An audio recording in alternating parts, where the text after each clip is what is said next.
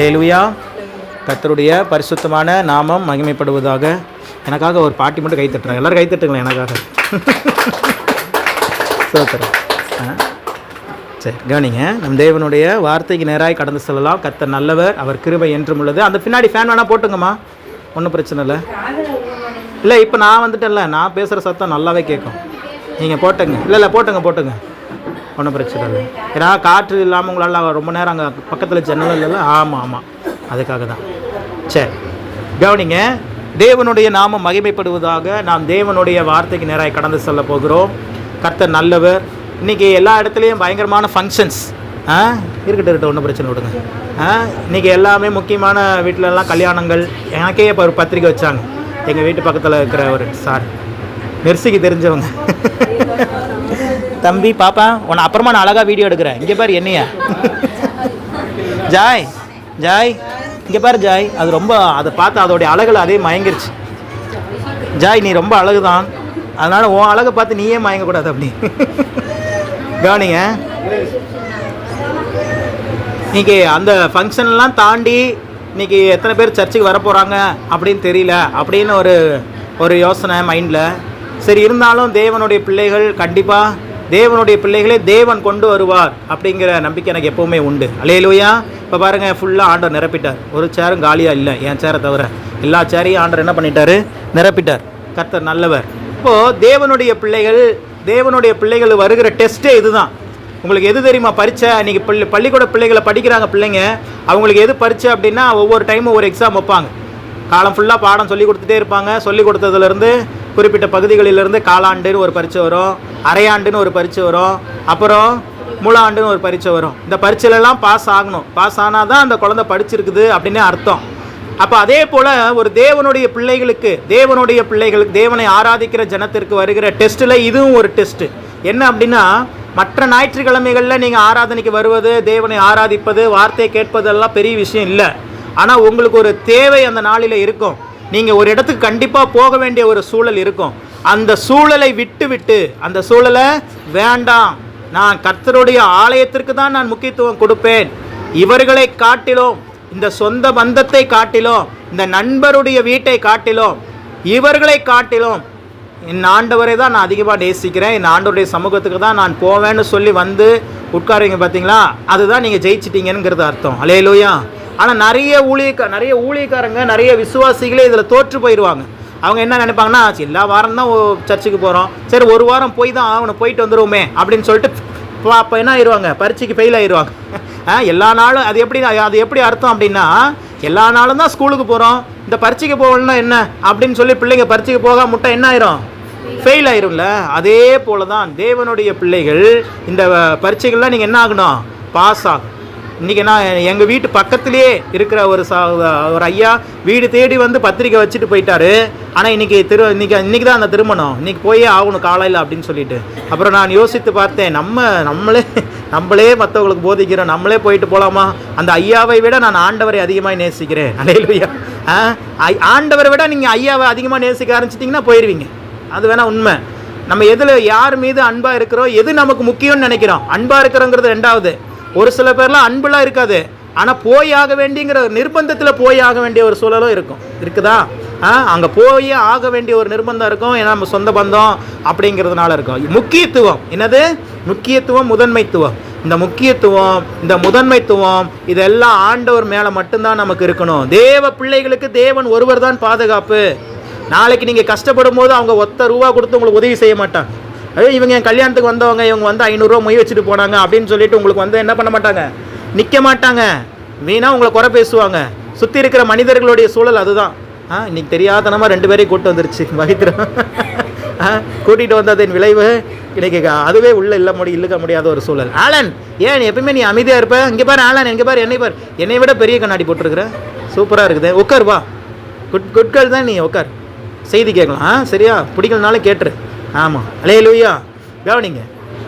அப்போது தேவ பிள்ளைகள் இந்த டெஸ்ட்டில் என்ன ஆகணும்? பாஸ் ஆகணும். பக்கத்தில் பார்த்து சொல்லுங்கள், டெஸ்ட்டில் பாஸ் ஆயிருங்க. நீங்கள் மற்ற நாள் வர்றதெல்லாம் பெரிய விஷயமே இல்லை, இந்த நாளில் வர்றது தான் ரொம்ப பெரிய விஷயம். அல்லேலூயா. இங்கே சேலத்துலலாம் அதே மாதிரி தான். சேலத்தில் வந்து இந்த மே மாதத்துலலாம் வந்து பார்த்திங்க அப்படின்னா ரொம்ப பயங்கரமான விமர்சையாக எல்லா கோயில்களிலும் எல்லா சாமி கோயில்கள்லையும் பார்த்திங்கன்னா பயங்கரமாக விமர்சையாக கொண்டாடுவாங்க. அப்போல்லாம் ஞாயிற்றுக்கிழமை சர்ச்சில் விசுவாசிகளை பார்க்கவே முடியாது. ஏன்னா எல்லாம் இந்து மக்கள் ரட்சிக்கப்பட்டவங்க தான். ரட்சிக்கப்பட்டாலும் என்ன ஆகுது, அந்த பண்டிகைனா அங்கே போய் பார்க்கணும் அப்படிங்கிற ஒரு மனது அவங்களுக்கு இருக்கிறதுனால அங்கெல்லாம் அவங்கள பார்க்க முடியாது. ஆனால் பரவாயில்ல, நம்ம ஆண்டவர் எவ்வளோ, நம்ம ஆண்டவர் நம்மளை ஆசீர்வதித்திருக்கிறார். இன்றைக்கி பாருங்கள், நம்மளுடைய சபை ஒரு கிராம சபையாக இருந்தாலும் எத்தனை சூழல்கள் இருந்தாலும் அதெல்லாம் பெருசாக முக்கியத்துவப்படுத்தாமல் நீங்கள் கர்த்தருடைய சமூகம் தான் முக்கியத்துவம்னு சொல்லி நீங்கள் வந்திருக்கிறீங்க அப்படின்னா நிச்சயமாகவே தேவன் உங்களை முக்கியத்துவப்படுத்துவார். அல்லேலூயா. சுற்றி இருக்கிற ஜனங்களுக்கு முன்பதாக உங்களை முக்கியத்துவப்படுத்துவார். உங்கள் குடும்பத்தில் உங்கள் வார்த்தைகளை முக்கியத்துவப்படுத்துவார். நீங்கள் உயர்ந்திருப்பீர்கள். அதுக்காக நீங்கள் எதை வேணாலும் இருக்கலாம். நான் அடிக்கடி சொல்லுவேன், கர்த்தருக்காக எதை வேண்டுமானாலும் இழங்கள், ஆனால் ஒரு நாளும் கர்த்தரை மட்டும் என்ன பண்ணிடாதீங்க, இழந்துடாதீங்க. ஏன்னா நான் சொல்கிறேனே, கடைசி வரைக்கும் உங்கள் கூட இருக்க போகிறது ஆண்டவர் மட்டும்தான். எந்த கணவனும் இல்லை, எந்த மனைவியும் இல்லை, எந்த பிள்ளைகளும் வந்து கடைசி காலத்தில் நம்மளை பார்க்க போகிறது இல்லை. இப்போ பாருங்கள், இப்போலாம் மெர்சியோடைய அம்மா வர்றதில்ல. நான் தான் பிள்ளைகளெல்லாம் காலையில் 2 பசங்களையும் குளிப்பாட்டி அவங்களுக்கு சாப்பாடு கொடுத்து அவங்கள ஸ்கூலுக்கு அனுப்பி வச்சிட்ருக்கிறேன். அப்போ ஒவ்வொரு போதும் குளிக்கும் போதெல்லாம் அவங்கள குளிப்பாட்டும் போதெல்லாம் நினைப்பேன், இன்றைக்கி இவனுக்கு உட்காந்துக்கிட்டு ஒருத்தர் குளிச்சுட்டே இருக்கும் போது தான் கையில் காடு துப்புவான், அதை பண்ணுவான், இதை பண்ணுவான், எல்லாம் பண்ணுவான். அவனை குளிப்பாட்டி அவங்கள பல்லு விளக்கி அவங்கள ஒரு வழி ஆக்கிறதுக்குள்ளே நமக்கு ஒரு வழி ஆயிரும் காலையிலே இதே நேரத்தில். அப்போலாம் யோசிப்பேன், இன்றைக்கி இவங்களை போட்டு இப்படி நம்ம பாதுகாக்கிறோம், பராமரிக்கிறோம், நாளைக்கு இவங்களாம் நம்மளை பார்ப்பாங்கன்னு நினைக்கிறீங்க? நானே எங்கள் அம்மா அப்பாவை பார்க்கல, அப்புறம் என் பிள்ளைங்க மட்டும் அப்படின்னு நான் நினச்சிக்கிட்டேன். அல்லேலூயா. ஆமாம், சூழல் மாறிடும். அதெல்லாம் நீங்கள் என்ன தான் உருகி உங்கள் பிள்ளைகளை பாதுகாத்தாலும் இன்றைக்கெல்லாம் மடியிலெல்லாம் பால் பாட்டு எடுத்து வச்சுருக்கிறீங்க. நாளைக்கு பால் வாங்க கூட உங்களுக்கு காசு தர மாட்டானுங்க, ஞாபகம் வச்சுங்க. ஆமாம், அது இப்போவே நீங்கள் அப்போல்லாம் இருக்கிற மக்கள்லாம் எதிர்பார்த்தாங்க. இன்றைக்கி நம்ம பிள்ளைகளை வளர்க்குறோம், நாளைக்கு நம்ம பிள்ளைங்க நம்மளை அதாவது பிள்ளைங்க நம்மளை என்ன பண்ணும், கடைசி காலத்தில் பார்க்கணும்னு ஒரு எதிர்பார்ப்போடு வளர்த்தாங்க. இப்போ நாங்களாம் எதிர்பார்க்குறதே இல்லை, எப்படியும் நடக்க போகிறதில்ல. அதையே நம்ம எதிர்பார்த்துக்கிட்டு அப்புறம் ஏமாற்றம் அடைஞ்சிக்கிட்டு என்ன அப்படின்ட்டு தெரிஞ்சுக்கிட்டோம். சரி, பத்தாச்சு, அதுக்கு ஒரு கடமை, இதை செஞ்சு தான் ஆகணும் அப்படின்னு சொல்லிட்டு ஆகிட்டு இருக்கல. சீரியஸ் அதுதான். அப்போது இன்றைக்கி இருக்க நம்ம பார்க்குறோமே, நம்ம கண்ணு முன்னாடி பார்க்குறோமே, எந்த பிள்ளைகள் எந்த பெற்றோரை பார்க்க முடியுது, எந்த பிள்ளைகளும் பெற்றோர்களை பார்க்க முடியல. அவங்கவுங்க குடும்பத்தை பார்க்குறதே இன்றைக்கி என்னவா இருக்குது, மிகப்பெரிய விஷயமா இருக்குது. பெண் பிள்ளைகள் ரொம்ப ஆசைப்படுவாங்க அவங்க அம்மா அப்பாவை எப்படியாவது கடைசி காலத்தில் பார்த்துக்கணுன்ட்டு. ஒரு நாள் அவங்க ஆசை நிறைவேறதே கிடையாது இன்றைக்கி வரைக்கும். அல்லேலூயா. யாரோ ஒருத்தர் 100ல் ஒருத்தருடைய ஆசை வேணால் நிறைவேற்றலாம். இங்கே நீங்கள் சொல்லுங்கள், நான் எங்கள் அப்பா அம்மாவுக்கு மாதம் ஆனால் ஒரு 5000 ரூபா அனுப்பிட்டு இருக்கிற பிறகு யாரோ ஒருத்தர் கை தூக்குங்க பார்க்கலாம். என் மனைவியே கை தூக்காது. பார்த்தீங்களா? காசெல்லாம் எப்படி கொடுக்க முடியுங்கிறீங்க? அது மாதிரி நம்ம அம்மா அப்பா நம்மளை வளர்க்கும் போது நினச்சிருந்தாங்கன்னா, இவனுக்கு என்ன சோறு போடலாம், இவனையும் படிக்க வச்சு நினச்சிருந்தாங்களா? எங்கள் வீட்டில் எங்கள் அம்மா அப்பாலாம் நினச்சிருந்தாங்களா? ஸோ எப்போவுமே தேவனுடைய பிள்ளைகள் இதெல்லாம் எதுக்காக சொல்கிறேன் அப்படின்னா, இந்த உலகத்தினுடைய சூழல் அப்படி தான் இருக்குது. இந்த உலகத்தினுடைய சூழல் அப்படி தான் அமைக்கவும் பட்டிருக்குது. அதனால் எந்த பிள்ளைகளும் நம்மளை பார்க்க போவதில்லை. எந்த கணவரும் நம்ம கடைசியில் நம்ம போயிட்டுமே ஐயோ என் மனைவி போயிடுச்சேன்னு சொல்லி உடனே அப்படியே உங்கள் கூட வந்து அப்படியே உடன்கட்டெல்லாம் ஏற போகிறதெல்லாம் கிடையாது. அவன் அவ்வளோதான், ஒரு மாதம் பார்ப்பான், அடுத்து இன்னொரு மாதம் இன்னொரு மனைவியை கல்யாணம் பண்ணிவிட்டு ஜாலியாக, நான் எனக்கு இல்லைனாலும் பரவாயில்ல, என் பிள்ளைகளுக்கு ஒரு தாய் வேணும். உன் பிள்ளைய வந்து கேட்டுச்சு அது தாய் வேணும்னு, உனக்கு வேணும்னு சொல்லிட்டு போடா. 2வது நாள் பார்த்தீங்களா? அதான் இல்லை, உண்மை அதுதான், இதுதான் இது. அதனால் யாரும் அப்படியே நீங்கள் எதுக்காக சொல்கிறேன்னா, அப்படியே உருகி மனைவி பிள்ளை கணவர் அப்படின்லாம் சொல்லிலாம் இருக்காதீங்க. கடவுளை முதல்ல வச்சுருங்க. அதுக்கப்புறம் இதெல்லாம் வேணும் தான், வேணான்லாம் சொல்லலை. மனைவி வேணும், கணவன் வேணும், பிள்ளைகள் வேணும், எல்லாமே வேணும். ஆனால் எல்லாம் 2வது தான். சொல்லுங்கள், எல்லாமே 2வது தான். 3வது கூட வைங்க, தப்பு இல்லை. ஆனால் முதல் இடத்துல எப்பொழுதும் தேவன் தான் இருக்க வேண்டும். அவர் தான் கடைசி வரைக்கும் உங்கள் கூட நிற்க போகிறார். கடைசி வரைக்கும் உங்கள் கூட இருந்து உங்களை பாதுகாக்க போகிற ஒரு கர்த்தர்னா அது ஆண்டவர் மட்டும்தான், வேறு யாரும் இல்லை. அல்லேலூயா. அதை இப்பொழுதே இந்த நாட்களிலே நீங்கள் புரிஞ்சுக்கிட்டீங்க அப்படின்னா நீங்கள் எதை குறிச்சுமே கவலைப்பட மாட்டீங்க. என்ன சாப்பிட்டியான்னு கூட ஒருத்தர் கேட்கல பிரதர், என்னை மட்டும் யார் கேட்குறா? அல்லேலூயா. என்கிட்ட ஒரு சகோதரர் நேற்று சொன்னாங்க, ஏன் சிஸ்டர் இப்படி இருக்கிறீங்க, இப்படியே சோர்வாகவே இருந்தால் எப்படி அப்படின்னு சொல்லிட்டு ஒருத்தர்கிட்ட கேட்கும்போது அப்போ சொன்னாங்க, என்னை விசாரிக்கிறதுக்கு யாரும் இல்லை, எங்கள் அப்பா என்கிட்ட பேச மாட்டேங்கிறாங்க, எங்கள் அண்ணன் என்கிட்ட பேச மாட்டேங்கிறாங்க, யாருமே இல்லை பிரதர், எனக்கு ரொம்ப வாழ்க்கையே வெறுத்து போயிடுச்சு பிரதர் அப்படின்னு சொன்னேன். அப்போ நான் சொன்னேன், நீங்கள் எதிர்பார்க்குற அன்பு தேவனிடத்தில் எதிர்பாருங்க, அங்கே தான் நிறைவாக கிடைக்கும். நீங்கள் மனிதர்களிடத்தில் எதிர்பார்த்தீங்க அப்படின்னா அது தகப்பனாக இருந்தாலும் சகோதரனாக இருந்தாலும் கணவனாக இருந்தாலும் ஒரு குறிப்பிட்ட எல்லை வரைக்கும் மாத்திரம்தான். உங்களை எல்லை இல்லாமல் நேசிக்கிற ஒரே ஒரு ஆண்டவர் நம்முடைய ஆண்டவர் மாத்திரம்தான். அல்லேலூயா. அங்கே மட்டும் ஏமாற்றம் கிடைக்கவே கிடைக்காது. அங்கே தேவ சமூகத்தில் உங்களுக்கு ஏமாற்றம் இல்லை. தேவனை நம்பி நீங்கள் செய்கிற காரியங்கள் எதுவாக இருந்தாலும் தேவன் அதை அங்கீகரிப்பார். அல்லேலூயா. அதனால் நீங்கள் எப்படா இந்த ஞாயிற்றுக்கிழமை சர்ச்சுக்கு போக முடியாத ஒரு சூழல் உங்களுக்கு வருதுன்னா அப்போ நினச்சிங்க, இன்றைக்கி தாண்டா நமக்கு முள்ளாண்டு பரீட்சை அப்படின்னு நினச்சிங்க. பரீட்சைக்கு போகலாமா பாஸ் ஆகலாமாங்கிறது உங்கள் கையில் தான் இருக்குது. அல்லேலூயா.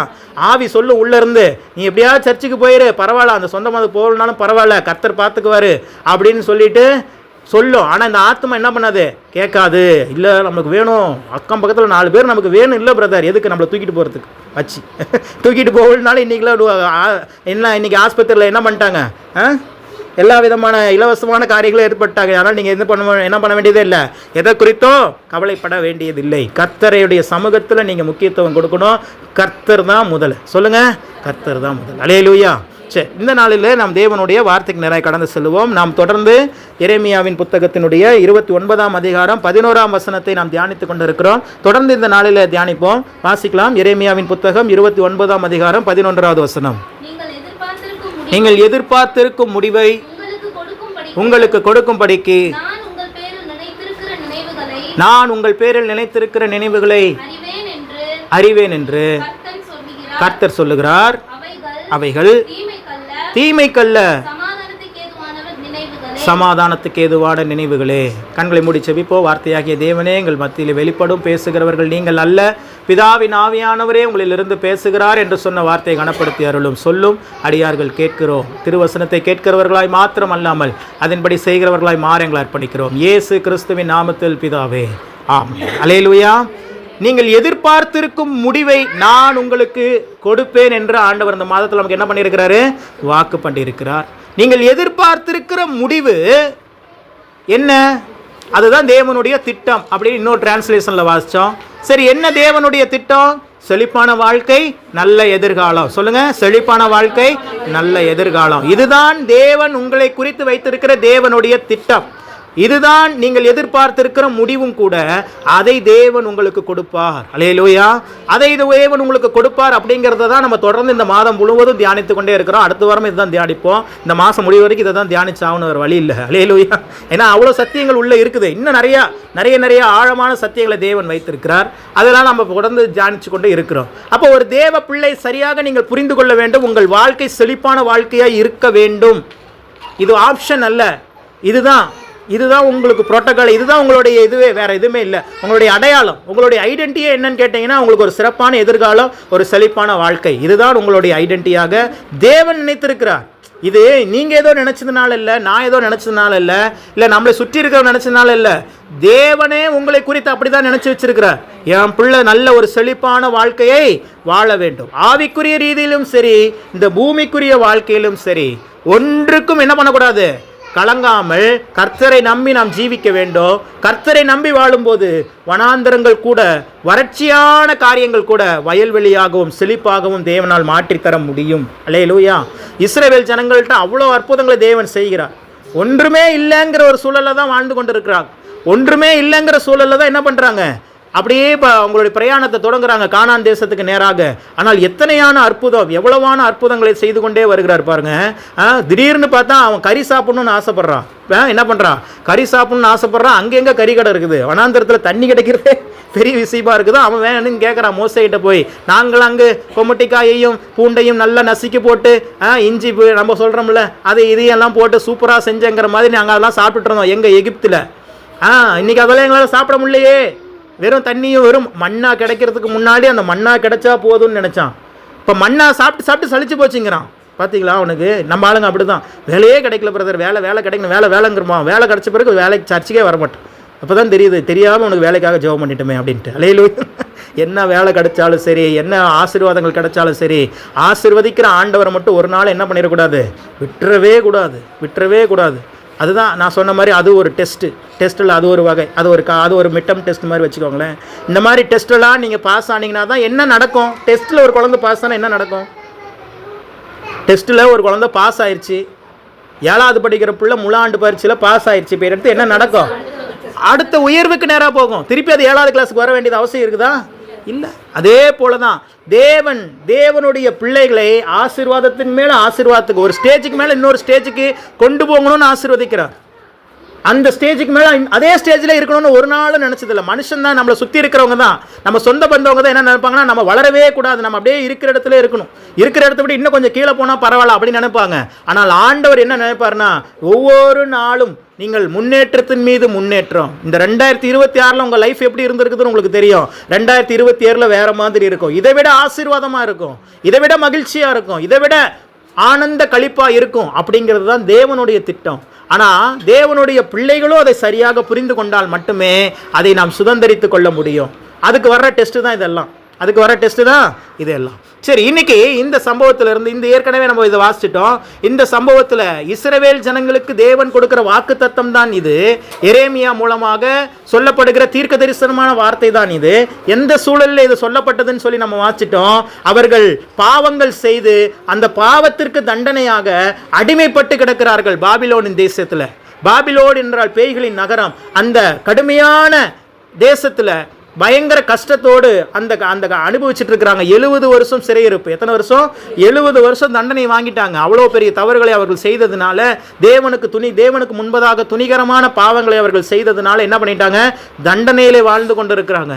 இப்போ இந்த தண்டனையில வாழ்ந்து கொண்டு இருக்கும்போது அவர்களுடைய சிறுமையை பார்த்து, அவர்களுடைய கண்ணீரை பார்த்து கர்த்தரே இறங்கி வந்து சொன்ன காரியம்தான் இது. இவங்கெல்லாம் ஜெபம் பண்ண மாதிரி தெரில, இவங்களாம் என்ன பண்ண மாதிரி தெரில, தப்ப உணர்ந்த மாதிரியும் தெரில, ஜெபம் பண்ண மாதிரியும் தெரியல. இவங்க தொடர்ந்து பாவம் செய்து கொண்டே தான் இருக்கிறார்கள், அடிமைத்தனத்தில் தான் இருக்கிறாங்க. ஆனால் என்ன செய்து கொண்டே இருக்கிறாங்க? தொடர்ந்து தேவனுக்கு பிரியமில்லாமலே தான் வாழ்ந்து கொண்டு இருக்கிறாங்க. அப்போது கூட தேவனுடைய வார்த்தை அவர்களை நோக்கி வருகிறது, நீங்கள் எதிர்பார்த்திருக்கும் முடிவை உங்களுக்கு கொடுப்பேன். அல்லேலூயா. அப்போ இங்கே என்னெல்லாம் ஆப்ரேட் ஆகுது அப்படின்னா, இன்னைக்கு ஒரு முக்கியமான சப்ஜெக்டு, இது ஒரு ஆயுதம், இது ஒரு ஆயுதம். உங்கள் மத்தியில் இப்போ நான் பேச போகிற இந்த இது சத்துருவை சிதறடிக்கிற ஒரு பயங்கரமான ஒரு ஆயுதம். இந்த ஆயுதத்தை மட்டும் நீங்கள் சரியாக பயன்படுத்தினீங்க அப்படின்னா சத்துரு உங்கள் எல்லைக்குள்ளே வர்றதுக்கு வாய்ப்பே இல்லை. அல்லேலூயா. அது சாதாரணமான ஆயுதம் அப்படின்னு சொல்ல முடியாது. இது ரொம்ப ரொம்ப பவர்ஃபுல்லான, ரொம்ப ரொம்ப வல்லமை மிக்க ஒரு ஆயுதம். தேவனுடைய பிள்ளைகள் ஒவ்வொரு நாளும் தேவனோடு சத்துருவோடு போராடுகிற ஒரு வாழ்க்கை இருக்குது, எல்லாத்துக்குமே இருக்குது. ஏன்னா தேவனுடைய வார்த்தையே அப்படிதான் சொல்லப்படுகிறது. உலகத்தில் உங்களுக்கு என்ன இருக்குது? உபத்திரவம் உண்டு, ஆனாலும் திடன் கொள்ளுங்கள், நான் உலகத்தை ஜெயித்தேன். பவுல் முடிக்கும் போது சொல்றாரு, நல்ல போராட்டத்தை போராடினேன். ஒவ்வொரு நாளும் அவர் போராட்டத்தை போராடினார். விசுவாசத்தை காத்து கொண்டேன் அப்படின்னு சொல்லி தான் அவருடைய அந்த ஊழிய வாழ்க்கையை முடிக்கிற கடைசி நாட்களில் அவர் சொல்றார். அப்போ தேவனுடைய பிள்ளைகளுக்கு சத்துருவோடு ஒவ்வொரு நாளும் போராட்டம் இருக்கிறது, இல்லாமலாம் இல்லை. ஆனால் அந்த போராட்டத்தில் சத்துருவை ஜெயிப்பதற்கு என்ன தேவை அப்படின்னா ஆயுதங்கள் தேவை, ஆயுதங்கள் தேவை. ஒரு எதிரியோட நம்ம சண்டை போட போகிறோம் அப்படின்னா வெறும் கையாக போய் நின்னாலும் நம்மளால் சண்டை போட முடியும். ஆயுதங்கள் கத்தில் இருந்துச்சுன்னா இன்னும் சீக்கிரம் என்ன பண்ணலாம்? சத்துருவை ஜெயிக்க முடியலாம். ஏன்னா கையில் என்ன இருக்குது?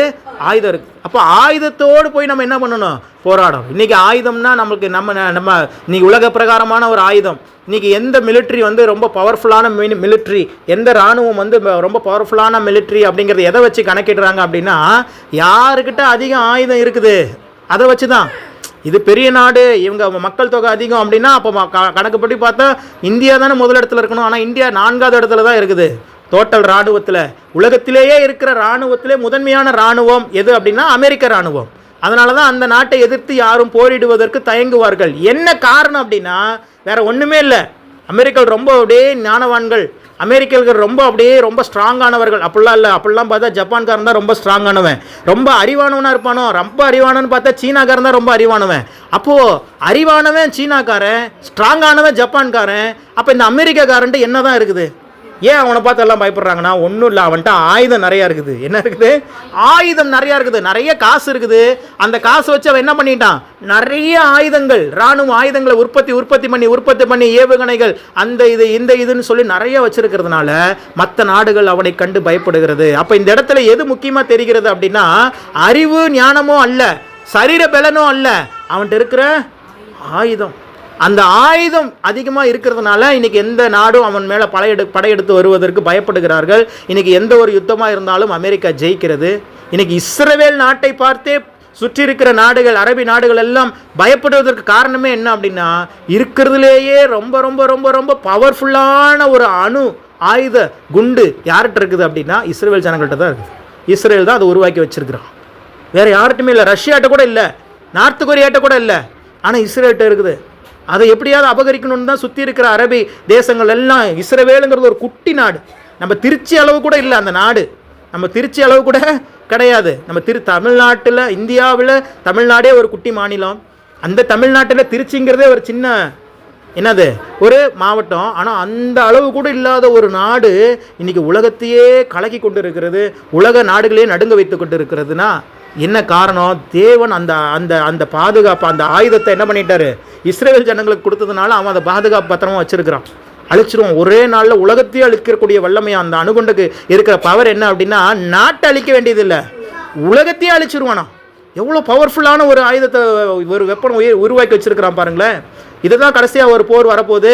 அதுதான் நம்மளுடைய நாட்களில் 3ஆம் உலக போராக இருக்க போகிறது. ரஷ்யா அதை எப்படியாவது கைப்பற்ற வேண்டும் என்று சொல்லி ஏதோ ஒரு சில காரணங்களுக்காக இஸ்ரவேல் ஜனத்தோடு போரிட போகிறது. அவங்க அந்த போரில் தான் அந்தி கிறிஸ்துவும் வருவான், அந்த போரில் தான் ஆண்டவருடைய வருகையும் இருக்க போகிறது. அல்லேலூயா. இதெல்லாம் ரொம்ப பக்கமாக வந்துருச்சு, ரொம்ப பக்கமாக வந்துட்டு இருக்கிறோம். ஆண்டவருடைய வருகையை நோக்கி ரொம்ப சிவியராக வந்துட்டு இருக்கிறோம். அதனால தான் இன்றைக்கி ஜெபம் பண்ணும்போது சொன்ன 8 வயசுக்கு கீழே இருக்கிற குழந்தைகளுக்காக ஜெபம் பண்ணும்போது, அவர்கள் தான் கடைசி சந்ததி, அவர்கள் தான் தேவனை வரவேற்க போகிற சந்ததி, தேவனுடைய வருகையை பார்க்க போகிற சந்ததி அவங்க தான்.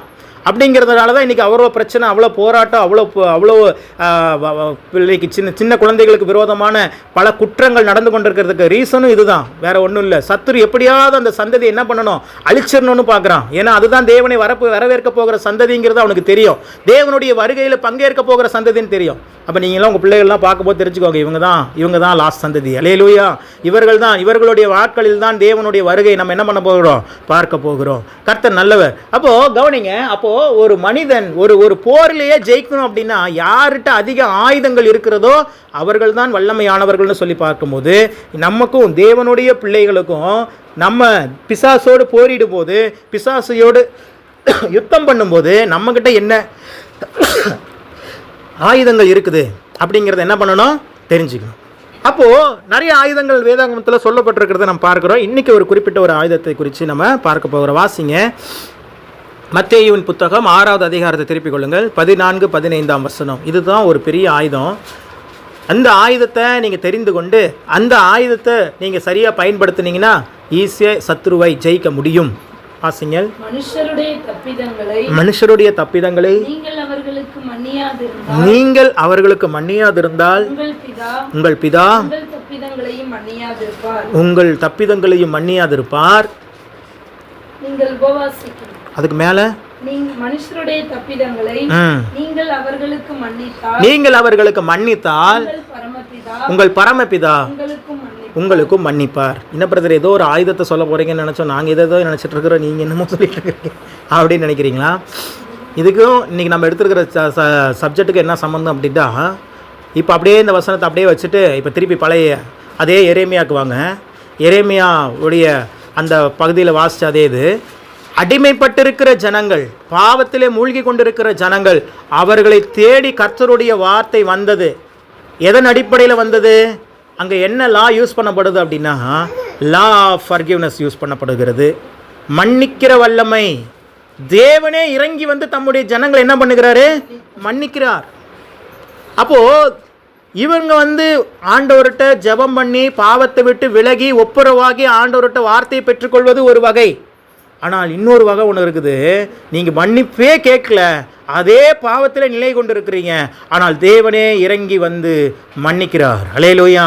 தம்முடைய ஜனங்களை அவர் மன்னிக்கிறார். ஏன் மன்னிக்கணும்? நீங்கள் யோசிச்சு பாருங்களேன். தப்பு பண்ணது யார்? இஸ்ரவேல் ஜனங்கள். ஏற்கனவே அவங்க என்னென்ன தப்புலாம் பண்ணாங்கன்ட்டு நம்ம வசனத்துலேருந்து பார்த்துட்டோம். அது இன்னும் கொஞ்சம் பார்க்கலாம். வாசிங்க. எரேமியாவின் புத்தகம் 44வது அதிகாரம் 16-17 பாருங்க. அவங்க பண்ண தவறுல மிகப்பெரிய ரொம்ப தவறு. வாசிங்க, 15லிருந்தே வாசிங்க. அப்பொழுது தங்கள் ஸ்திரீகள், நல்லா கவனிக்கணும், யாரு? ஸ்திரீகள் அந்நிய தேவர்களுக்கு தூபம் காட்டத்தக்கதாக அறிந்திருந்த எல்லா புருஷரும், பெரிய கூட்டமாய் நின்றிருந்த எல்லா ஸ்திரீகளும். எத்தனை கூட்டமாய் நின்றிருந்த? பெரிய கூட்டமாய் நின்றிருந்த எல்லா ஸ்திரீகளும் எகிப்து தேசத்தில் பத்ரோசிலே குடியிருந்த சகல ஜனங்களும் எரேமியாவுக்கு பிரதியுத்தரமாக யாருக்கு பிரதியுத்தரமாக சொல்றாங்க? எரேமியா தேவனால் அனுப்பப்பட்ட தீர்க்கதரிசிக்கு முன்பாக சொல்லுகிற வார்த்தை, நீ கர்த்தருடைய நாமத்தில் எங்களுக்கு சொன்ன வார்த்தையின்படியே நாங்கள் உனக்கு செவி கொடாமல் எங்கள் வாயிலிருந்து புறப்பட்ட எல்லா வார்த்தையின்படியையும் நாங்கள் செய்து வானராக்கினிக்கு தூபம் காட்டி பானபலிகளை வார்ப்போம். நாங்களும் எங்கள் பிதாக்களும் எங்கள் ராஜாக்களும் எங்கள் பிரபுக்களும் யூதா பட்டணங்களிலும் எருசலேமின் வீதிகளிலும் செய்தது போலவே செய்வோம். அப்புறம் நாங்கள் அப்பத்தினால் திருப்தியாகி ஒரு பொல்லாப்பும் காணாமல் வாழ்ந்திருந்தோம். நாங்கள் வானராக்கினிக்கு தூபம் காட்டாமலும் அவளுக்கு பானபலிகளை வார்க்காமலும் போனது முதற்கொண்டு எல்லாம் எங்களுக்கு குறைவுபட்டது. பட்டயத்தாலும் அழிந்து போனோம். மேலும் நாங்கள் வானராக்கினிக்கு தூபம் காட்டி அவளுக்கு பானபலிகளை வார்த்தபோது நாங்கள் எங்கள் புருஷரின் அனுமதியே இல்லாமல் அவளுக்கு பணியாரங்களை சுட்டு பானபலிகளை வார்த்து அவளை நமஸ்கரித்தோமா என்றார்கள். நமஸ்கரித்தோமாவா? நமஸ்கரித்தோமா என்றார்கள். அப்பொழுது எரேமியா தனக்கு இப்படிப்பட்ட மறுமொழி கொடுத்த சகல ஜனங்கள் ஆகிய ஸ்திரீ புருஷர்களை மற்ற யாவரையும் நோக்கி, ஃபர்ஸ்ட் யார சொல்றாரு? சகல ஜனங்களை ஆக்கிலும். ஏன் திருப்பி அதை சொல்றேன்னு கடைசி உங்களுக்கு சொல்றேன். அதோட வேகமா போறீங்க, அப்படியே நிறுத்தி நிதானமா வாசிங்க. உங்களை பத்தி வரப்ப மட்டும் மெதுவா வாசிக்கிறீங்க. திருப்பி சொல்லுங்க. எரேமியா சொன்னது. அப்பொழுது எரேமியா மறுமொழி கொடுத்த சகல ஜனங்களாகிய ஸ்திரீ புருஷர்களையும், புருஷர்களைங்கிறது மட்டும் அழுத்தி சொல்றாங்க. நீ என்ன நான் சொல்றத நீ கேளுங்கிற மாதிரி. அப்புறம் யூதாவின் பட்டணங்களிலும் எருசலேமின் வீதிகளிலும் நீங்கள் உங்கள் பிதாக்களும் ராஜாக்களும் உங்கள் பிரபுக்களும் தேசத்தின் ஜனங்களும் காட்டின தூபங்களை அல்லவோ நினைத்து நம்முடைய மனதிலே வைத்துக் கொண்டார். போதும் கவனிங்க. என்ன நடக்குது அப்படின்னா, எரேமியா வான் பண்ணிட்டு இருக்கிறாரு. அந்த ஜனத்தை, அடிமைத்தனத்தில் இருக்கிற ஜனத்தை என்ன பண்ணுறாங்க? வான் பண்ணிட்டு இருக்கிறாங்க. ஏமா இப்படி இருக்கிறீங்க? எல்லாம் மனம் திருப்புங்க, இந்த மாதிரி தவறுகளை செய்யாதீங்க. நீங்களாம் ஆண்டவருடைய பிள்ளை, நீங்களாம் வாக்குத்தத்தத்தினுடைய பிள்ளை, நீங்களாம் வாழ வேண்டும். இப்படி அடிமைத்தனத்தில் இருப்பதற்காக நீங்களாம் அழைக்கப்படலைன்னு சொல்லிட்டு இருக்கிறாங்க. சொல்லிட்டு இருக்கும்போது இங்கே ஒரு கூட்டம் சொல்லி பேசிகிட்டு இருக்குது. என்ன பேசிகிட்டு இருக்குது அப்படின்னா, நீ சொல்கிற மாதிரிலாம் நாங்கள் செய்ய முடியாது, நாங்கள் எங்கள் வாயிலிருந்து சொன்ன பார்த்தீங்க அதை தான் நாங்கள் செய்வோம். என்ன சொல்கிறாங்க? நாங்கள் வானராக்கினிக்கு தான் என்ன பண்ணுவோம்? தூபம் காட்டுவோம். நாங்கள் அதுக்கு தான் பணியாரம் சுடுவோம். அப்படிலாம் நாங்கள் இதுக்கு முன்னாடி செஞ்சு வச்சுட்டு வந்துட்டு இருக்கும்போது எங்களுக்கு ஒரு அப்பத்தில் ஒரு குறைவும் வரல, எங்களுக்கு ஒரு பொல்லாப்பும் நேரிடலை, நாங்கள் நல்லா இருந்தோம் அப்படிங்கிற. அதனால் நாங்கள் என்ன பண்ண போகிறோம்? திரும்பி நாங்கள் என்ன பண்ண போகிறோம்? அதே தான் செய்ய போகிறோம். ஹஸ்பண்ட் அனுமதியெல்லாம் நாங்கள் கேட்க போகிறதே இல்லை. இதுக்கு முன்னாடியே நாங்கள் ஹஸ்பண்ட் அனுமதியை கேட்கல, இதுக்கு மேலே கேட்க போகிறோம் அப்படிங்கிறாங்க. நான் சொல்ல, அங்கே சொல்லிட்டு இருக்கிறாங்க. ஸ்திரீகள் சொல்லுங்க, ஸ்திரீகள் எவ்வளோ துணிகரமாக பேசுகிறாங்க பார்த்தீங்களா? எவ்வளோ துணிகரமான வார்த்தைகளை. எரேமியா யாருக்கு அடையாளமாக அந்த இடத்துல இருக்கிறார்னா, தேவனுக்கு அடையாளமாக இருக்கிறார். தேவனுடைய வார்த்தைக்கு, தேவனுடைய ஸ்தானத்தில் இருந்து கொண்டு அவர் எப்படியாவது இந்த ஜனத்தை இந்த அடிமைத்தனத்திலிருந்து மீட்டுவிட வேண்டும் என்பதற்காக என்ன பண்ணுறாரு? பேசிகிட்டு இருக்கிறாரு. ஆனால் இந்த அம்மா அங்கே உட்காந்துட்டு என்ன பேசிகிட்டு இருக்கிறாங்க? இந்த ஸ்திரீகள் இப்படி பேசிகிட்டு இருக்கிறாங்க. நாங்கள் அப்படி செய்ய போகிறது இல்லை. அப்போது இவர்கள் இஸ்ரவேல் ஜனங்கள் யூதாவில் இருக்கும்போதும் கூட ஆண்டவர் அவர்களை ஆசீர்வாதமாக வச்சுருந்தார். ஆனால் இவங்க என்ன நினச்சிக்கிட்டாங்க அப்படின்னா, ஆசீர்வாதம் வந்த உடனேயே அப்படியே வழி விலகி அந்நிய தேவர்களை பின்பற்றி வானராக்கினி, வானதேவதை அப்படின்னு சொல்லி ஒரு தெய்வத்தை வணங்க ஆரம்பிச்சிட்டாங்க. அதை வணங்கி அதுக்கு பணியாரம் சுட்டு வைக்கிறதும் அதுக்கு தூபம் காட்டுறதும் சொல்லி ஆக்கிட்டாங்க. அதுதான் அவர்களை வழி விலக பண்ணி அவர்களை அடிமைத்தனத்துக்குள்ளாக கொண்டு போனது. ஆனால் இவங்க என்ன நினச்சிக்கிட்டாங்க அப்படின்னா,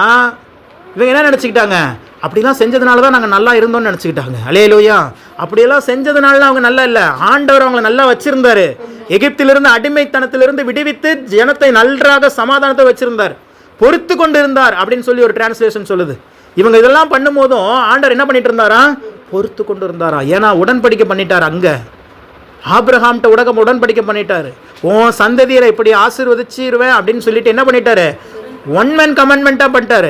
2 man கமெண்ட்மெண்ட் கூட இல்லை, ரெண்டு நபரும் சேர்ந்து உடன்படிக்கை பண்ணுறதுனா, நான் உனக்கு இதை செய்கிறேன், எனக்கு நீ அதை செய் அப்படிங்கிறது தான் 2 பேரும் சேர்ந்து பண்ணுற கமாண்ட்மெண்ட், உடன்படிக்கை. ஆனால் இங்கே இருக்கிற என்ன உடன்படிக்கை அப்படின்னா, நீ எதுவுமே செய்ய வேண்டியதில்லை, நான் செய்வேன் அப்படின்னு சொல்கிறார். அவ்வளோ. ஆபிரகாமுக்கும் சரி, ஈசாக்குக்கும் சரி, யாக்கோபுக்கும் சரி, அவர் செய்த உடன்படிக்கை எல்லாமே இப்போ வரைக்கும் அந்த உடன்படிக்கை தான் அவன் காத்து கொண்டிருக்கிறார்.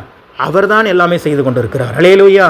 நான் செய்வேன், நான் இதை உங்களுக்கு என்ன பண்ணுவேன், இந்த நன்மையை செய்வேங்கிறது தான் அவர் நமக்கு கொடுத்த உடன்படிக்கை. இப்போது ஆண்டவருக்கு எது பிரச்சனை அப்படின்னா, அந்த உடன்படிக்கை எப்படியாவது என்ன பண்ணி ஆகணும், நிறைவேற்றி ஆகணும். ஏன்னா ஆபிரகாமுக்கு அவர் சத்தியம் பண்ணியிருக்கிறாரு, யாக்கோபுக்கு சத்தியம் பண்ணியிருக்கிறாரு, ஈசாக்குக்கு சத்தியம் பண்ணியிருக்கிறாரு. அந்த வழி வந்த இஸ்ரவேல் ஜனங்கள் இன்னைக்கு பாவமே செய்து கொண்டிருந்தாலும் அவர்கள் கோடு உடன்படிக்கை செய்ததுனால, உடன்படிக்கை செய்யப்பட்ட ஜனமா இருக்கிறதுனால அவர்கள் எப்படியாவது விடுவிக்கணுங்கிறதுக்காக இவர்கள் செய்கிற அக்கிரமங்கள், இவர்கள் செய்கிற பாவங்கள், திருடுறான், விபச்சாரம் பண்ணுறான், கொள்ளை அடிக்கிறான், கொலை பண்ணுறான், எல்லா தவறு செய்கிறான், எல்லாத்தையும் ஆண்டவர் என்ன பண்ணிட்டு இருக்கிறாரா, பொறுத்து கொண்டு இருக்கிறார். சொல்லுங்க, மன்னிக்கிறாருங்கிற வார்த்தையை விட என்ன பண்ணிட்டு இருக்கிறாரு, பொறுத்து கொண்டு இருக்கிறார். அப்படியே பல்ல கடிச்சிட்டு நீங்களாம் இன்னைக்கு சகோதரிமார்கள்லாம் உங்கள் கணவர் பண்ணுறதுக்கெல்லாம் கொஞ்சம் பொறுத்துக்கிட்டு இருக்கிறீங்களே, மாமனார் மாமியார் பண்ணுறதுக்கு, பிள்ளைகள் பண்ணுறதுக்கெல்லாம் பொறுத்துக்கிட்டு இருக்கிறீங்களா, அதை விட அவர் என்ன பண்ணிட்டு இருக்கிறாரு, பொறுத்து கொண்டே இருந்தாராம். இப்போ என்ன ஆயிடுச்சு, அவர் பொறுத்துட்டே இருந்தார், அவர் மன்னிக்கணும்னு நினச்சிட்டாரு, அதனால் உடன்படிக்கை காப்பாற்றணும்னு நினச்சிட்டாரு, உடன்படிக்கையின்படி ஜனத்தை ஆசீர்வதிக்கணும்னு நினச்சிட்டாரு, அதனால் அவர் பொறுத்துட்டு இருந்தார். ஆனால் மிஸ்டேக் எங்கே நடந்துருச்சுன்னா, இவர்கள் யாரை வணங்கினார்களோ அதே வானராக்கினி, அதே வானதேவதையினுடைய விளைவாக அங்கே பாபிலோன் கூட்டம் வந்து என்ன பண்ணிருச்சு, யூதா தேசத்தை ஆக்கிரமித்து விட்டது, சிறைப்படுத்தி கொண்டு போய் விட்டது. அல்லேலூயா. இப்பயும் பாருங்க, தேவன் ஜனங்களை தண்டிக்கல, யார் தான் தண்டிச்சிருக்கிறா, அந்த அந்நிய தேவர்கள். யாரை இவர்கள் பின்னாடி போனாங்களோ அவர்களை என்ன பண்ணிட்டாங்க, இவங்களை தண்டிச்சார்கள். கர்த்தருக்காக கர்த்தரை விட்டு கர்த்தரை மறந்து விட்டு, கர்த்தர் செய்த கிரியைகளை மறந்து விட்டு வேறொரு இதை நம்பி போனாங்க. கடைசியில் அங்கே அடிமைத்தனமாக்கப்பட்டார்கள். ஆனால் இந்த ஸ்திரீகள், இந்த புத்தி இல்லாத ஸ்திரீகள் என்ன பண்ணிட்டு இருக்கிறாங்க, எரேமியாட்டையே வாக்குவாதம் பண்ணிட்டு இருக்கிறாங்க.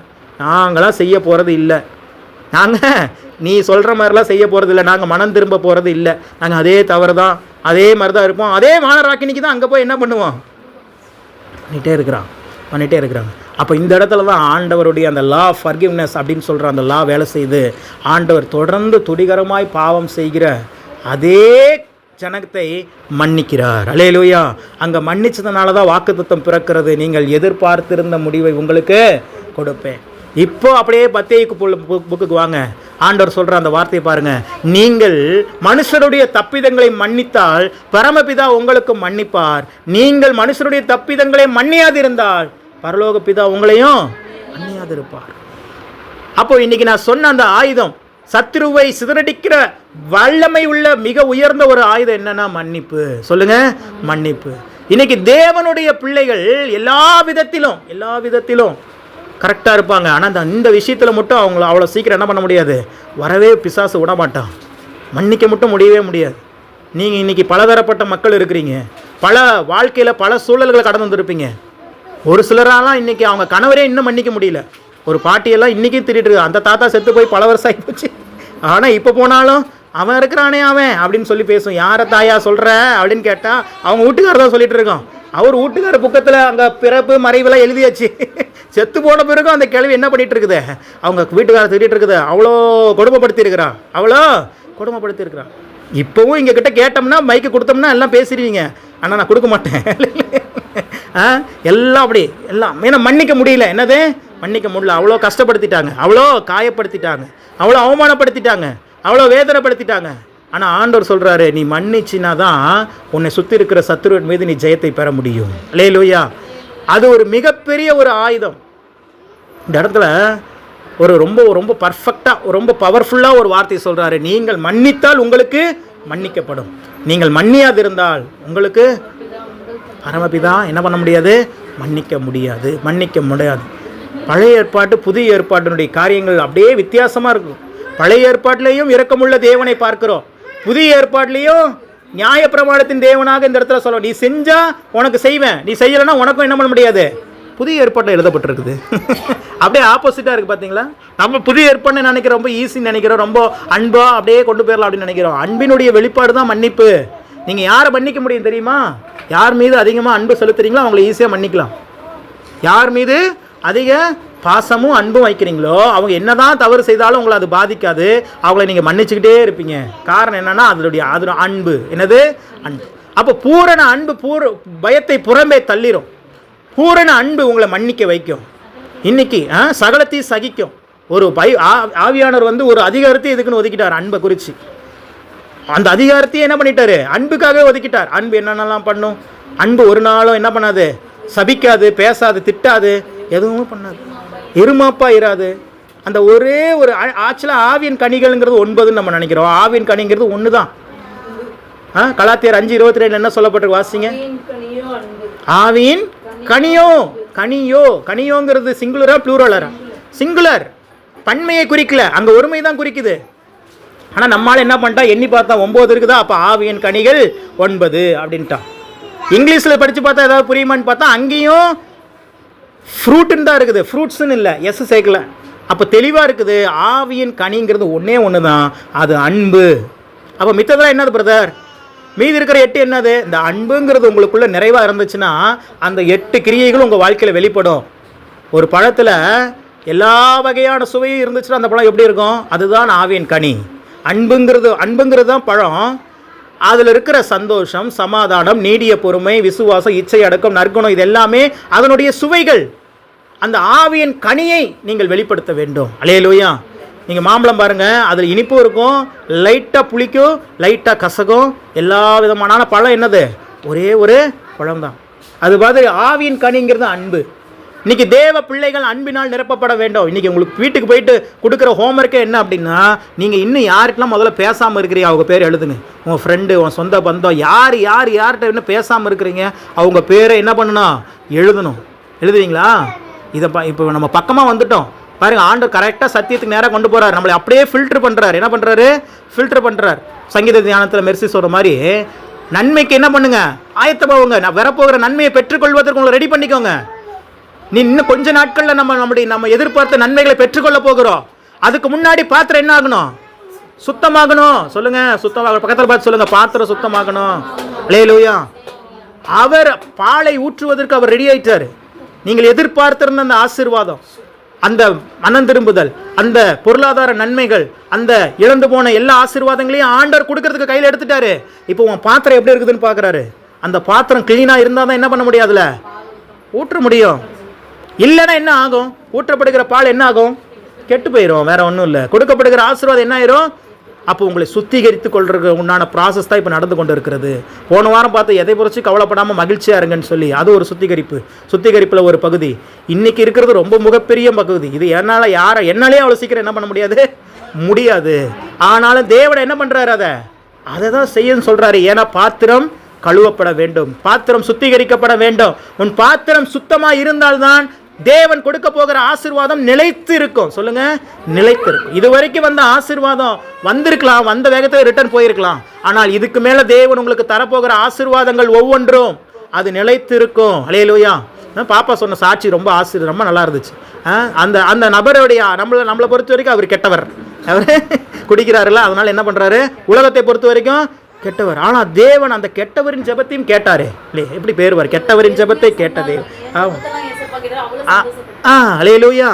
கெட்டவரின் ஜெபத்தை கேட்ட தெய்வம். அல்லேலூயா. இப்படிதான் ஆண்டவர் மாற்றம் உண்டா? இந்த மாதிரி மாற்றம் இதுக்கு முன்னாடி உண்டானுச்சாமா? இதுக்கு முன்னாடி இல்லை.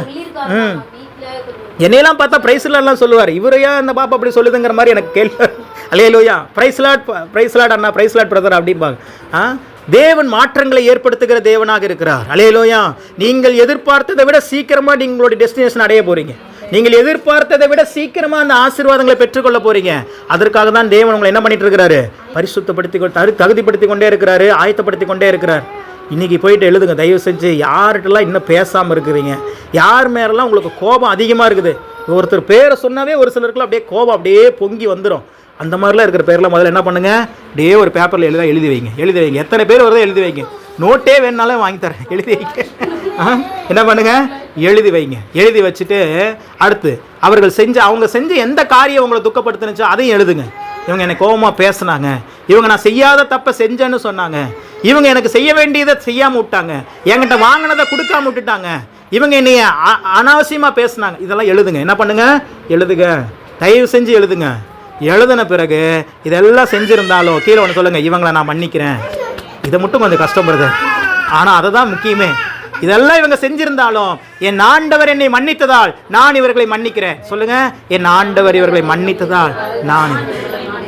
இதை மட்டும் என்ன பண்ண எழுதி வச்சுட்டு அதை மட்டும் டெய்லி ஒரு தடவை என்ன பண்ணுங்க, வாசிச்சு அந்த மன்னிப்பை அவங்க மன்னிப்பை உங்ககிட்ட மன்னிப்பு கேட்கணும்னாலும் சரி, நீங்கள் ஆண்டவர் இடத்துல ஃபஸ்ட்டு என்ன ஆயிருங்க, ஒப்புரவாயிருங்க. நான் சொன்ன பாயிண்ட் உங்களுக்கு ரொம்ப முக்கியமாக இருக்கணும். ஆசீர்வாதம் ரெடி ஆயிருச்சு, இனி உணவை கொடுப்பது தான் உங்களுக்கு நேரம். தேவன் எல்லா ஆசீர்வாதத்தையும் ரெடியாக பண்ணிட்டாரு. இப்போ உங்கள் பாத்திரம் சுத்தமாயிருச்சுன்னா கொடுக்கறதுக்கு ரெடி. அவர் அந்த பாத்திரத்தை சுத்தப்படுத்திக்கொள். அல்லேலூயா. அதை தான் அங்கே இந்த லா ஆஃப் ஃபர்கிவ்னஸ் தான் அங்கே ஒர்க் ஆனுச்சு.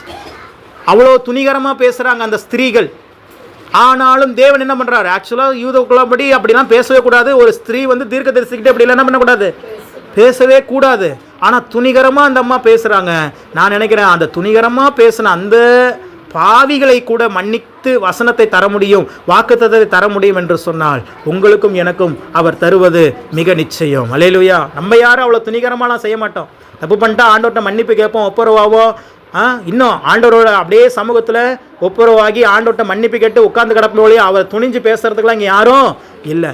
நான் நினச்சேன் அவ்வளோ கடினமான இஸ்ரவேல் ஜனங்களுக்கே தேவன் வார்த்தையை கொடுத்து அந்த வார்த்தையை நிறைவேற்றுவார். ஆனால் புதிய ஏற்பாட்டினுடைய இயேசு கிறிஸ்துனுடைய ரத்தத்துக்கு சொந்தக்காரராக இருக்கிற உங்களையும் எனக்கும் அவர் செய்கிறது, உங்களையும் என்னையும் மன்னித்து அவர் செய்கிறது மிக எளிது. ஆனால் ஒன்றே ஒன்று செஞ்சிடணும், மன்னிச்சிடணும். பக்கத்தில் பார்த்து சொல்லுங்கள், மன்னிச்சிருங்க.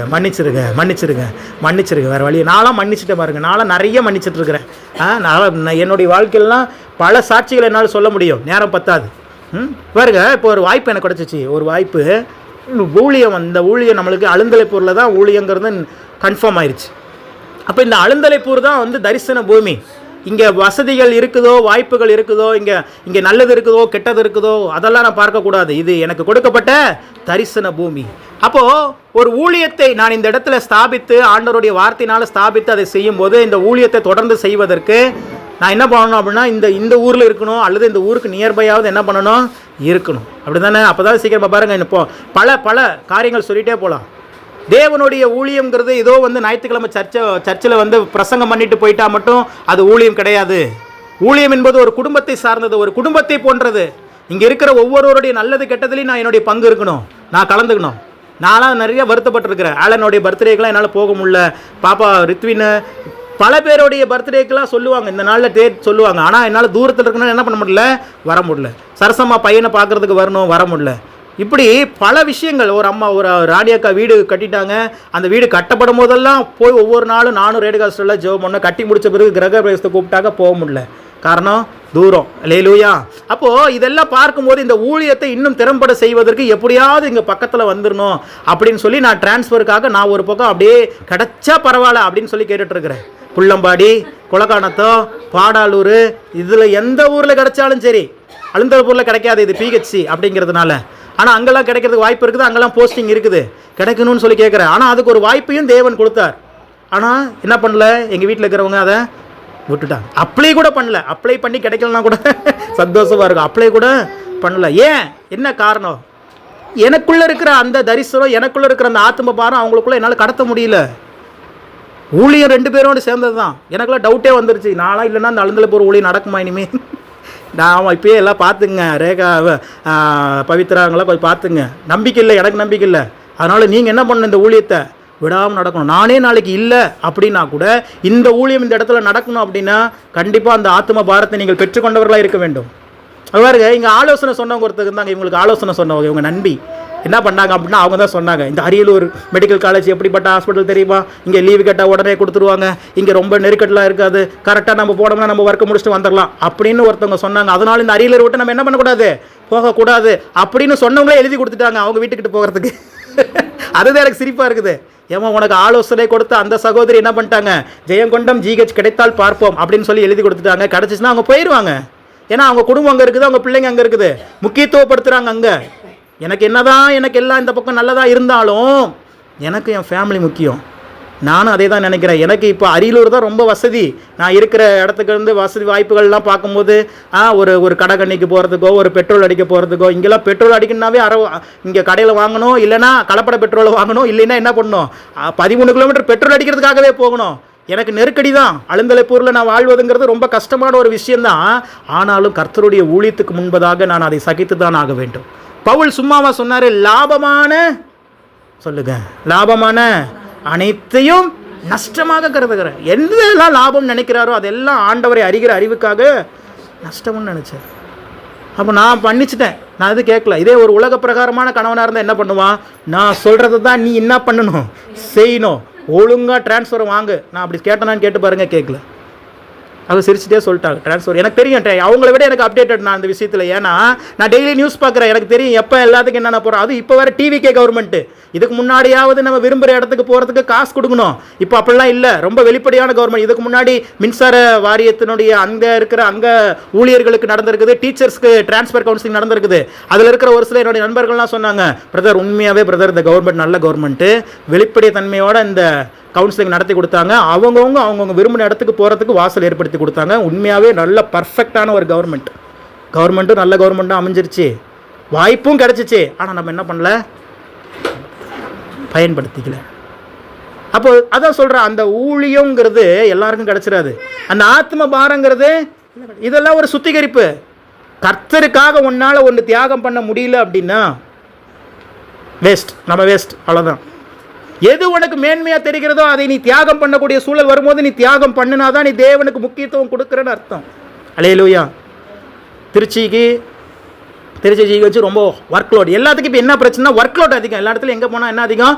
ஒர்க் லோட் அதிகம். ஆனால் நான் சொல்கிறேன், அதை விட பெரிய ஒர்க் லோடில் தானே வருஷக்கணக்கில் இங்கே கடந்தோம். அழுந்தலைப்பூரில் கடந்தோமே, இரவும் பகலும் கடந்தவே, அதே ஒர்க் லோடு தானே. ஆனால் இன்றைக்கி அந்த ஒர்க் லோடை ஏற்றுக்கொள்வதற்கு நமக்கு மனசு இல்லை, சமாதானம் இல்லை.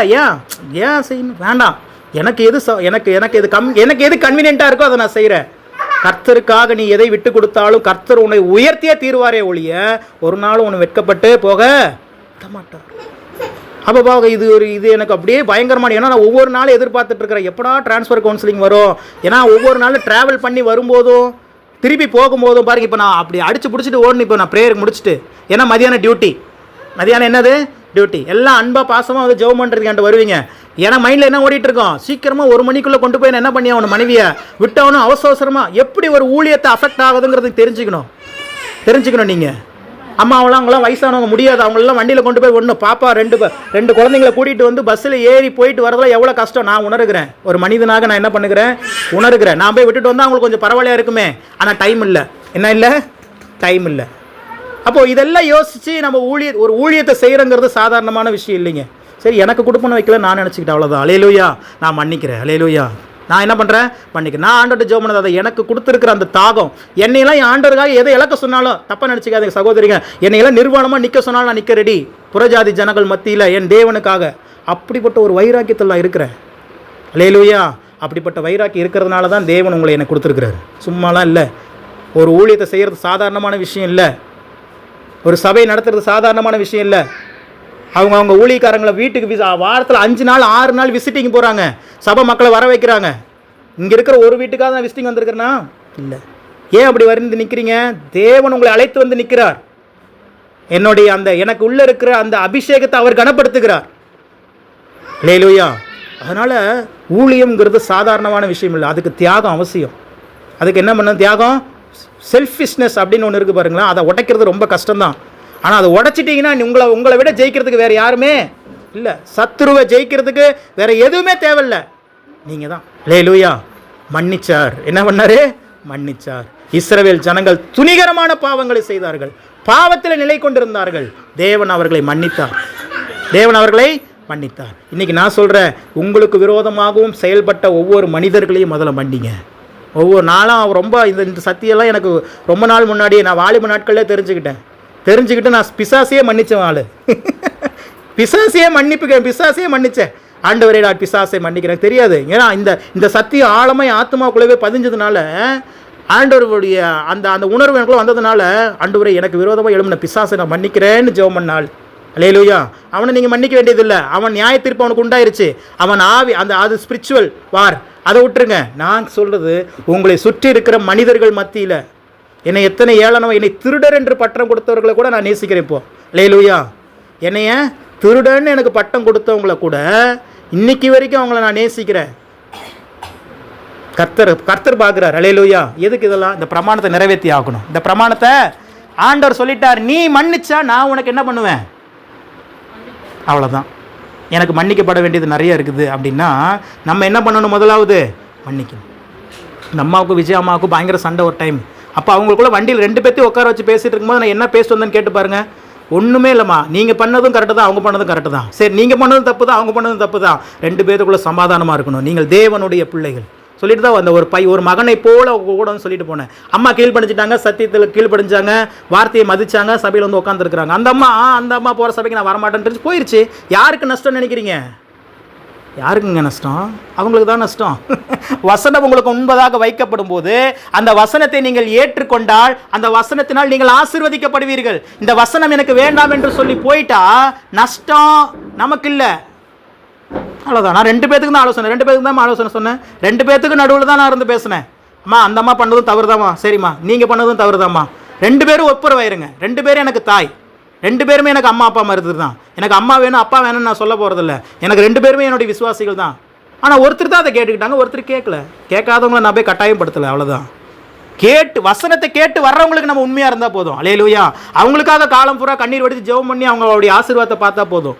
அதை தான் தேவனும் விரும்புகிறார். அல்லேலூயா. மன்னியுங்கள். பக்கத்தில் பார்த்து சொல்லுங்கள், மன்னியுங்கள். மன்னியுங்கள். நீங்கள் மன்னிச்சிங்கன்னா உங்களுக்கு மன்னிக்கப்படும். கண்களை மூடி நாம் செபிப்போம். பரிசுத்தமுள்ள தகப்பனே, உமது வார்த்தைகளுக்காக நன்றி. ஆண்டவரே, இந்த நாளிலே அந்த பாவத்திலேயே நிலை கொண்டிருந்த அந்த இஸ்ரவேல் ஜனங்களை நீர் தேடி சென்று மன்னித்தீர். அவர்களை மன்னித்து அவர்களுக்கு வாக்குத்தத்தங்களை கொடுத்தீர். அந்த மன்னிப்பின் வல்லமையை நாங்கள் உணர்கிறோம். இந்த நாளிலே நாங்களும் கூட எங்களை சுற்றி இருக்கிற ஒவ்வொரு மனிதர்களுக்காக நாங்கள் செபிக்கிறோம். ஆண்டவரே, எங்களை அவர்கள் காயப்படுத்தியிருக்கலாம், எங்களை வேதனைப்படுத்தியிருக்கலாம், எங்களை அவமானப்படுத்தியிருக்கலாம், எங்களை துக்கப்படுத்தியிருக்கலாம். ஆனாலும் நாங்கள் அவங்கள மனசார மன்னிக்கிறோம். ஆண்டவரே, நாங்கள் மன்னிப்பதற்கு ஒரே ஒரு ரீசன் நீங்கள் தான். ஏன்னா நீங்கள் எங்களை மன்னிச்சிருக்கிறீங்க, நாங்கள் அவர்களை மன்னிக்கிறோம். ஆண்டவரே, நாங்கள் எங்களுடைய ஆசீர்வாதத்தை பெற்றுக்கொள்வதற்கு இந்த மன்னிப்பு ஒரு தடையாக இருந்துவிடக்கூடாது என்பதற்காக தேவன் இந்த நாளில் இந்த வார்த்தை எங்களுக்கு வெளிப்படுத்தி கொடுத்தீங்க. இந்த நாமத்தினால் ஆண்டவரே, இங்கே வந்திருக்கிற ஒவ்வொருவரையும் ஆசீர்வதித்து செபிக்கிறேன். அவர்கள் மன்னிக்கட்டும். இவர்கள் மன்னித்து வருகிற நாட்களில் தரப்போகிற அந்த ஆசீர்வாதங்களை முழுமையாய் சுதந்திரித்து கொண்டு அந்த ஆசீர்வாதத்தில் நிலைத்திருக்க கர்த்தர் உதவி செய்வீராக. வந்த ஒவ்வொருவரும் வார்த்தையின் வல்லமையினால் நிரப்பப்பட்டு ஆசீர்வதிக்கப்பட்டு உயர்த்தப்படுவார்களாக. இயேசு கிறிஸ்துவின் நாமத்தில் ஜெபித்தோம் எங்கள் நல்ல பிதாவே, ஆமென். அல்லேலூயா.